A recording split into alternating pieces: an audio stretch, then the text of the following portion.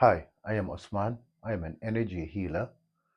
I'm on a master level with remote or telepathic capabilities, and I specialize in critical care recovery and terminal illnesses, among other host of physiological, psychological, and spiritual ailments. I'm also advanced level yoga and meditation teacher. Um, Visit my website yogawellness786.com for more information. Remember, my therapies are all natural based and not a replacement for medical treatment. Can a person be initiated remotely? So, yes, of course, a person can be initiated remotely, but there are certain requirements. Number one, the initiation must be done live, which means that the person must um, connect live with their teacher or the advanced yoga and meditation teacher, either by telephone or by a message. The both parties must know that this is being done. Okay, so typically, also the teacher, I mean, it's an obvious thing, but nice to state it, must have the capacity and knowledge of how to do this telepathically and remotely as well. So, not many teachers know how to do this. It's not that they are incapable of doing it. If they are themselves on an advanced level, it's just that they haven't been taught how to do it, or they didn't practice doing it. And it's actually something important that verify with the teacher his capability, and you can also test the ability before that, and to see if it is in fact the case. But usually when you are being initiated, you're going to feel a difference or a change, a feeling of calmness, descending over you, and you're going to feel a difference from before you were initiated to after the initiation was done. So typically, when I'm initiating someone remotely or healing someone remotely, um, I usually connect with them, telepathically. It's just I need, let's say, for example, a family member contacts me and says his mother is extremely ill in hospital, right? And she's critically ill and needs very urgent intervention, and they fear, she's not getting better and getting worse, and they fear for the worst. So I don't need to consciously speak to the mother because the mother is very sick and ill. I just need to mindfully start sitting down for my healing session and start sending the healing, and I connect with her. So it is the important part is for the teacher to connect with the student, and the student or the person, the patient, must be in a receptive condition.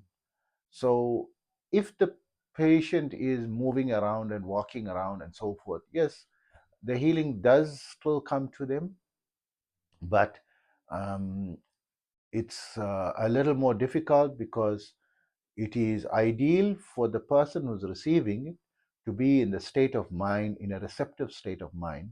If he's not in a receptive state of mind, or calm, or relaxed, or sitting, or trying to meditate, then there's a lot of obstacles, and it waters down, or makes the energy transference very difficult and weakens the amount of energy and capacity the person is receiving. So when someone is extremely ill and they are in bed unconscious or extremely ill, that is is not a difficult situation to send healing. It is ideal because the person is lying down and still and not moving around. Yes, the person can be thinking a lot of things or in pain, but that's not such a big problem as long as they are in one one position, and especially when they are sick, the mind is very open to receiving the healing, because it's something that the body needs. And when you're sending that healing to that person's body, the person's body receives it openly, right? So when the initiation is being done, so usually when I'm speaking to a lot of clients who are in extreme anxiety, depression, stress, or the type of illness where they are not unconscious and bedridden.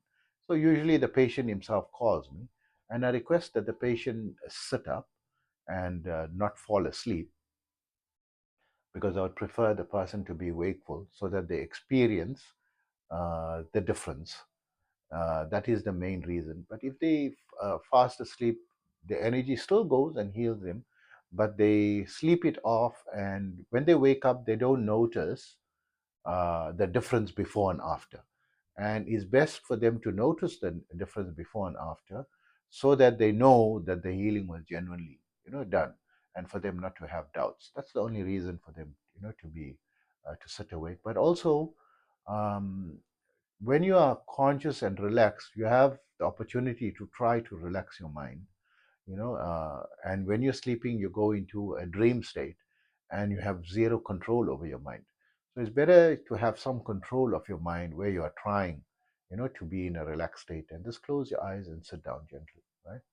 And try to gently just relax, and the energy will be transferred. So for me to do a session usually takes around 45 minutes to an hour. And sometimes, depending on the level of illness, I have to send a double session, which normally works out to about 1.5 to 2 hours. And so I normally assess from my intuition and from the type of illness that the person is complaining about, how much time is needed. But yes, the person can be remotely initiated, remotely healed, telepathically healed, and depending on the capability of the teacher, there must be an agreement between the two, and usually the teacher say okay. And you don't have to be on the phone while it's being done. You don't have to be on a video call or something. But if you want to be, there's no problem, but you have to close your eyes and be relaxed. And some people like to be on a live video call, so that they can see the person telepathically, is focusing on sending the energy, and not busy with something else.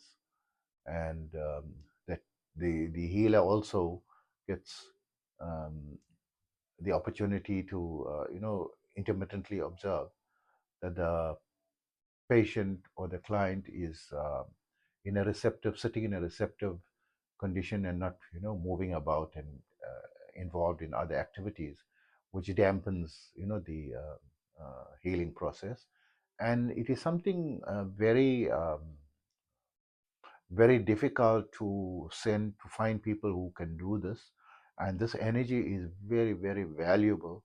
It's a healing energy, an intelligent energy, and you're receiving it from someone that is not easy to find people like this, right? It is more valuable than gold. It is easier to find gold and diamonds than to find people who can do this. So it is much more precious than that. And please, I request that you respect this, and value it. And it is something that is life saving. Someone on the brink of death, more than 90% of the people who could have died can and do get saved.